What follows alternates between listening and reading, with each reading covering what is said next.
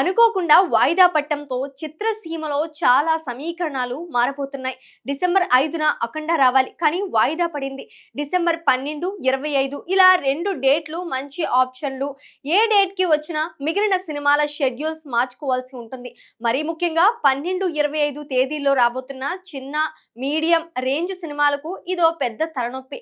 మరోవైపు OTT deal కి సంబంధించిన ఆసక్తికరమైన చర్చ కూడా చిత్రసీమలో జోరుగా నడుస్తోంది. అఖండ 2 ఓటీటీ రైట్స్ ని నెట్ఫ్లిక్స్ సంస్థ చేజిక్కించుకుంది. డిసెంబర్ 5 డేట్ ఫిక్స్ చేసింది కూడా నెట్ఫ్లిక్స్ సంస్థే. డిసెంబర్ 5న అనుకున్నట్టుగానే సినిమా వచ్చేస్తే 4 వారాల గ్యాప్ లో, అంటే అటు ఇటుగా సంక్రాంతి సమయంలో ఓటీటీలో సినిమా రావాలి. దానికి తగ్గట్టుగానే నెట్ఫ్లిక్స్ సంస్థ షెడ్యూల్ ఫిక్స్ చేసుకుంటుంది. అయితే అఖండ 2 రిలీజ్ ఆగిపోవడంతో నెట్ఫ్లిక్స్ షెడ్యూల్ కూడా మారే అవకాశం ఉంది.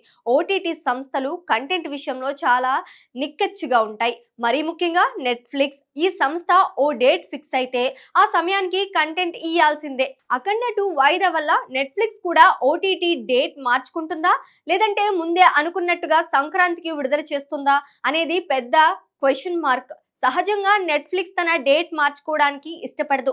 అంటే అఖండ 2 ఎప్పుడు రిలీజ్ అయినా సరే ఓటీటీలో మాత్రం ముందు అనుకున్న సమయానికే వచ్చేస్తోంది.